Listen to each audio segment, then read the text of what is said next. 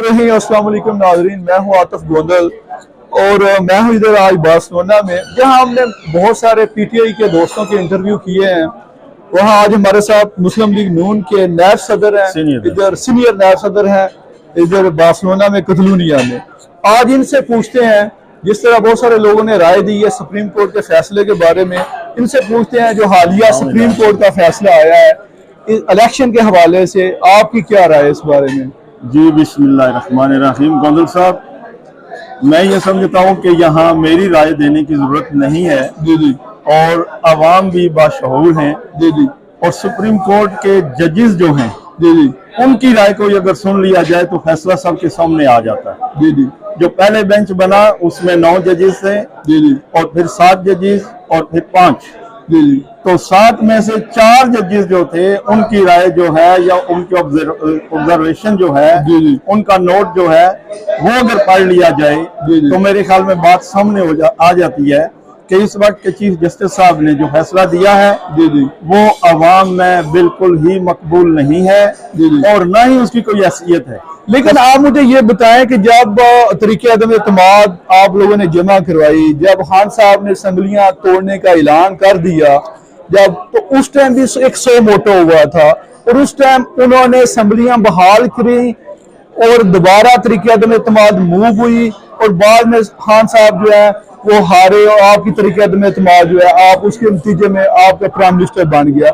उस टाइम आपने फैसला कबूल कर लिया, लेकिन अब जो फैसला इलेक्शन के हवाले से है और ये एक तासर पाया जाता है कि मुस्लिम लीग नून इलेक्शन से भाग रही है, क्या ये तासर दुरुस्त है? पहली बात जो आपने की है वो ये है कि उस वक्त जो फैसला हुआ था, जी जी, क्या वो आइन और कानून के मुताबिक था या नहीं। जी जी, उस वक्त भी कोर्ट ने जो 100 मोटो लिया था, जी जी, वो इसलिए लिया था जी जी, कि उस वक्त के जो डिप्टी स्पीकर थे असेंबली के, जी जी, उन्होंने गैर आईनी इकदाम किया था। अच्छा। और जब तहरीक अदम एतमाद पेश हो जाती है, जी जी, तो कोई आदमी भी असेंबली को नहीं तोड़ सकता, नहीं तोड़ सकता। लिहाजा उन्होंने गैर आईनी काम किया था। इस वक्त कोर्ट ने उन्हें कहा था कि आपने काम जो किया है वो गैर आईनी है। जी जी, और इस वक्त जो तहरीक पेश हुई है इस पर वोटिंग करवाएं। अच्छा। तो लिहाजा वो वोटिंग तो हुई नहीं। जी जी, और पीटीआई जो थी वो मैदान छोड़ के भाग गई। जी जी। और उसके अलावा कुछ लोग उनमें से असेंबली में बैठे रहे। लेकिन चीफ जस्टिस साहब ने जब 100 मोटो लिया तो वो फैसला तो आपने कबूल कर लिया क्योंकि उन्होंने असेंबली बहाल कर दी। लेकिन इस टाइम यही चीफ जस्टिस जो उन्होंने फैसला किया है कि 14 मई को इलेक्शन करवाया जाए, इसमें ऐसा लगता है कि मुस्लिम लीग नून वाले कतरा रहे हैं, वो इलेक्शन में जाना नहीं चाहते। इस हवाले से क्या करें? ये आपकी राय है जी कि मुस्लिम लीग इलेक्शन में नहीं जाना चाहती। जी जी, ना ही ये मुस्लिम लीग की राय है जी, और ना ही अवाम इस चीज को कहते हैं कि मुस्लिम लीग नून इलेक्शन से भाग रही है। जी, ऐसा हरगिज नहीं है। जी, जी, मुस्लिम लीग जब भी इलेक्शन होंगे जी, जी, उसमें हिस्सा लेगी। जी, जी, और इंशाल्लाह क्लीन स्वीप करेगी। क्या 14 मई को फिर इलेक्शन होते हैं? आपको नजर आ रहे हैं?